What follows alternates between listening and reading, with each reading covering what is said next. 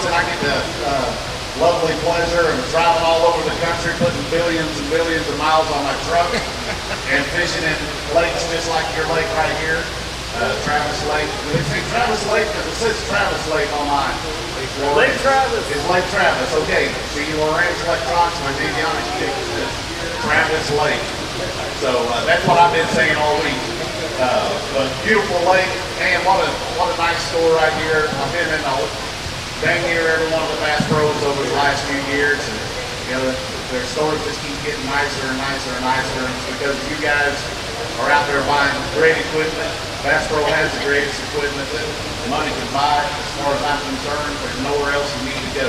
That's my big sales pitch for the night. So I'm gonna get that out of the way right now, okay? So thanks for coming.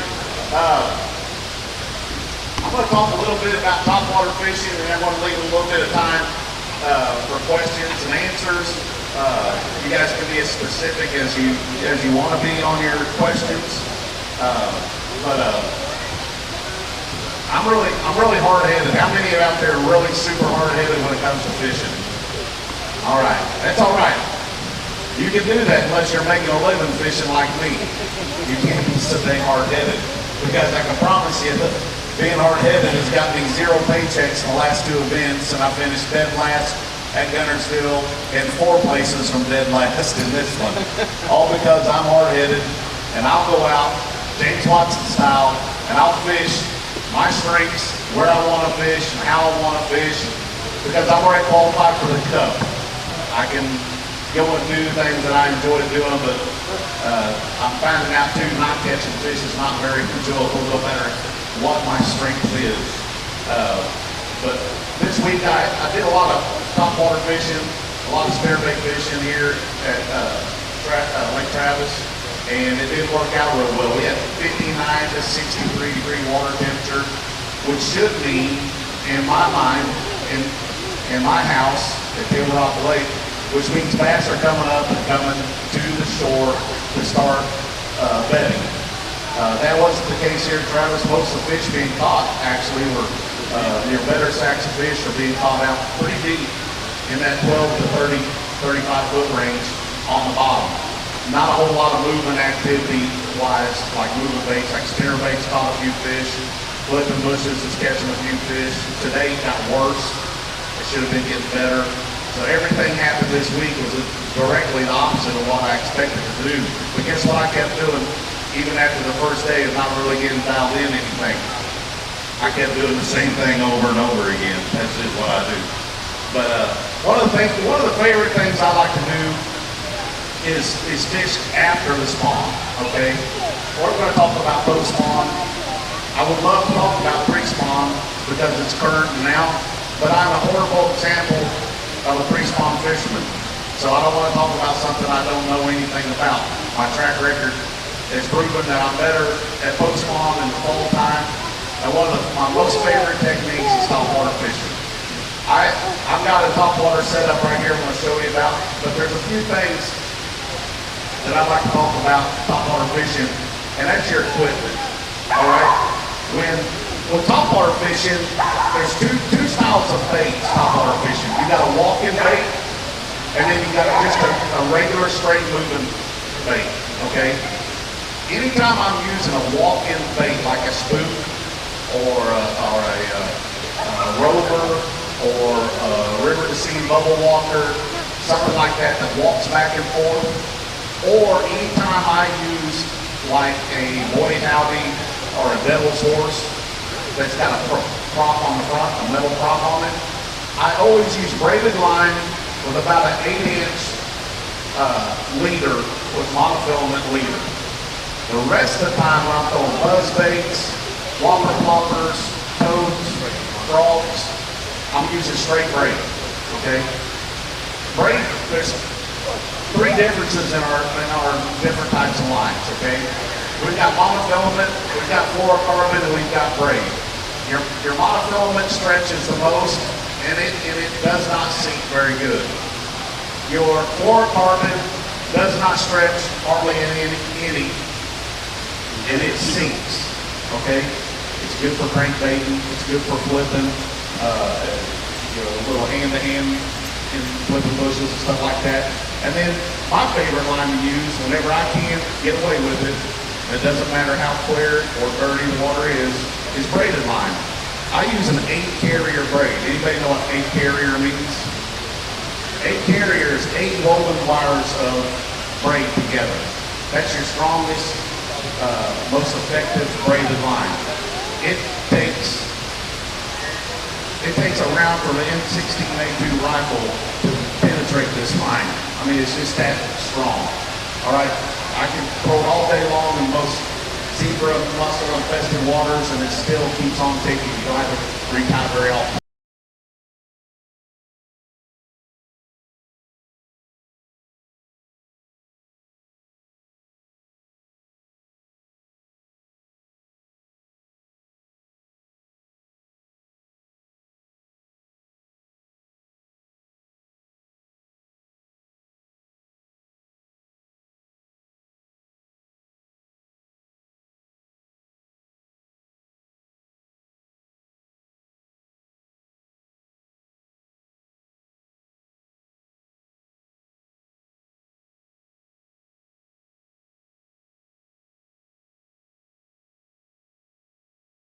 Jimmy Houston. Hey, Jimmy. Hey. I'm still better looking than you are. Jimmy Houston knows the most handsome guy on the circuit is me right then. Yeah, as a matter of fact, he is the most handsome guy until boy. I put my solar mask on, and then he had second place. He won't even let me wear my sunglasses inside. You're naturally cool, sun shines on you all the time. Oh boy, he's still at it. Anyway, I can always count on Jimmy giving me a hard time anytime, anywhere. He'll even go out of his way and call me sometimes when we don't see each other just to give me a hard time. So, back to the topwater deal. One of my favorite baits, if you guys follow a little bass fishing, this bait is a river to sea whopper plopper. How many of you throw this? All right. This is the most fun bait in the world. I'm telling you, it's easy. It's so easy to use. Guess what? If you haven't used it, guess how you use it? You just throw it out there and reel it. I mean, it's dummy proof. All right. It's a great bait to throw. Like I said, especially in the fall time. All right. If you're a big buzzbait fisherman like I am, this needs to be in your tackle box. It simply just puts out a lot of sound that bass aren't used to hearing. So I throw it a lot. I won a Bassmaster Open at Table Rock on it a couple of years ago. I won the FLW tour event in North Lake back in the end of October. North Lake in Tennessee on it. Just a phenomenal bait. It catches a lot of bass. It catches some big old bass too. But the key again, braided line, a heavy rod. This is a, I guess I can take that off. This is a 710 actual punch rod, is what this is. So it's bigger than your average 7.6 flipping stick.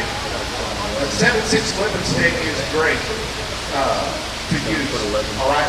I just choose in open water to use a bigger rod. I can outcast a 7.6 rod with a 710. And in open water, I'll use 50-pound braid to 65-pound braid. All right. If I'm around a lot of boat docks, maybe some brush, maybe zebra mussels are really taking over that lake, I'll go to a 65-pound braid to give me a little more strength. But most of the time in open water, 50-pound braid is sufficient. All right. Here's what's cool about, here's what you need to start looking for, especially in my neck of the woods, in the Ozark lakes like Table Rock, Bull Shoals, Beaver, Lake of the Ozarks, places like that, we generally have 2 or 3 bluegill spawns a year. All right, the bass will be spawning here shortly. And it gets to that mid-60 range, water temperature, bass come up, they start spawning. Bluegill start spawning about the 1st of June, and then they'll spawn possibly the next 2 moons. The latest I've ever had a good bluegill spawn has been in September, actually. It was significant enough of the bluegill spawn that it kept bass roaming the banks in larger packs, what we call wolf packs. This bait is very effective for covering a lot of water, okay? So you can be going down literally miles and miles of bank at a super high speed, covering a lot of water, and eventually running into those wolfbacks and bass that are feeding on bluegill beds. So that's what makes this bait so much easier to use than conventional just casting and working something on the bottom, dragging a Carolina rig. Another tool I like to use that time of year too is Zoom warning code. All right, straight Zoom warning code, same rod and reel setup. I'm sorry, I didn't talk about the reel yet. The reel's a critical part in this, guys. You've got to have a reel that's fast gear ratio. This is a 7-to-1, super light. This is a carbon light. I use all Bass Pro reels for a couple of reasons. One, they're dependable, and two, they don't cost as much as other reels. I love them. If you don't want the carbon light, which is a higher grade, you can go down to the middle grade, which is the Pro Qualifier, the silver one.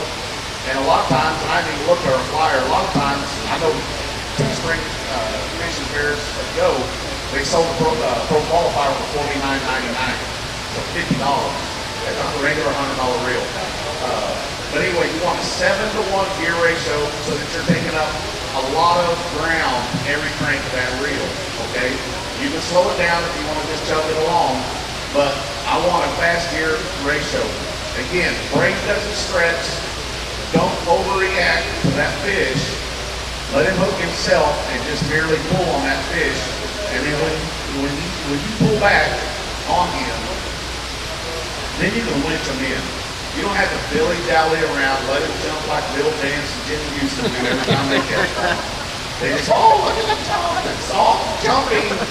I like jumping bass. You know what? The bass in my live well is 10 times better than a jumping bass out there. So you can really winch on these fish with braided line once they're hooked. Don't mess around. Reel them in. So you're taking in a lot of line. There's some faster reels out there, but you got to watch it and make sure that you don't overcompensate for reel speed and torque versus torque, and the ability to actually reel. Some of the gut will blow out on these reels. Here's a funny thing. I use this so much beginning July and August, this setup, that I will destroy one of these brand new reels in 4 months. That's how much I throw it. And I don't care what brand you're running. If you're running a light, like a carbon light reel like this, you will go through these reels if you use them as much as I do. But they're worth it because they don't weigh anything. So that's my setup on topwater fishing. Again, I'm looking for the bluegill beds. They're just these little round circles. You guys ever seen bluegill beds? There's little pods of them. You'll be going through a pocket or whatever, and all of a sudden it looks like a little bitty moon crater. Yeah, that's what you want to look for. You look for those. You don't look specifically for, oh, there's one in there and there's one in there. What I'm looking for is there's a lot of them everywhere. That tells me there's a really good bluegill spawn on. When the bluegill spawn is on, you guys, bass, I don't care how hot it is outside. I don't care how clear the water is. When there's a bluegill spawn happening, bass will come to the bank, most of the time not as single bass. Okay? Now you want to get really excited? They will come in wolf packs. I'm talking 4, 6, 25. And they will get on a bank, and they will get on bed, and they will run that whole pocket and just keep on going until they run into the next pod of bluegill spawn. So when you see that, don't be afraid to get up on the bank and cover water. All right? Now, of course, afternoon slows down a little bit on your topwater bite. We all know topwater bites are the best in the morning time, right? I agree. I can't disagree with that. But I'm here to tell you, if you're committed, you can throw this throughout the whole day.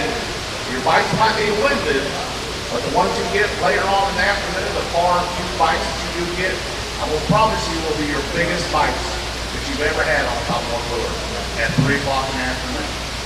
All right? sunny, slick, sky, big bass. And they will come out of nowhere all because they bluegill. That's all they're doing is running the bank. So remember that. Take a mental note of that. And when you see it, put it in your toolkit now. When you see it, pull it out of your toolkit, tie it on, and get to work with it. Because it's a really, really good tactic. No matter how clear the water is. I come from Big Rock Lake, which looks just like this lake here. It really does. Beautiful, clean, deep. Got a lot of bluffs, got a lot of rocky shoreline, got a lot of pockets of brushing, and so on and so forth.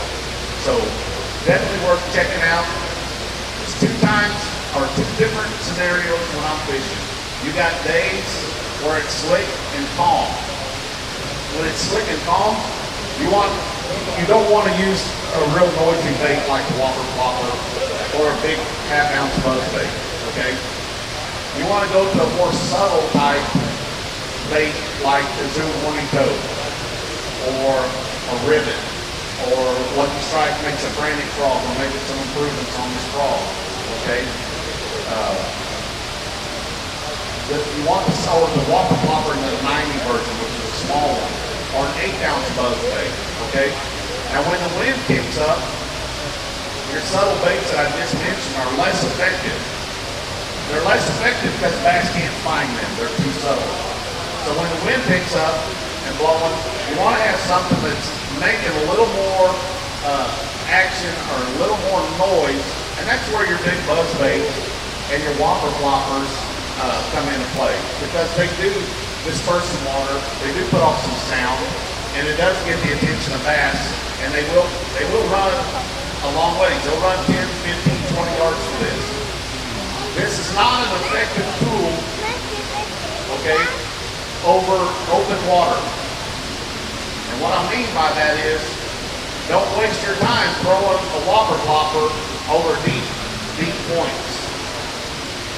At that time, you want to pick up something like the Rover, all right, a bubble walker from River to Sea, or a spook, or a pencil popper, something that walks side to side.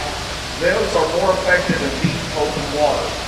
The baits that I'm talking about tonight are more effective along cover, shoreline, rocky banks, shallow type of situations where bass are actually up there cruising around. Does that make sense? So, right now, if you guys got any questions, I'd like to see if I can answer them.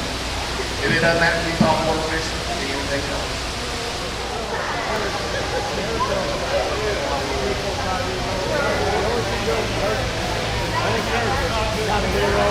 Kind of their age. They don't have any brain.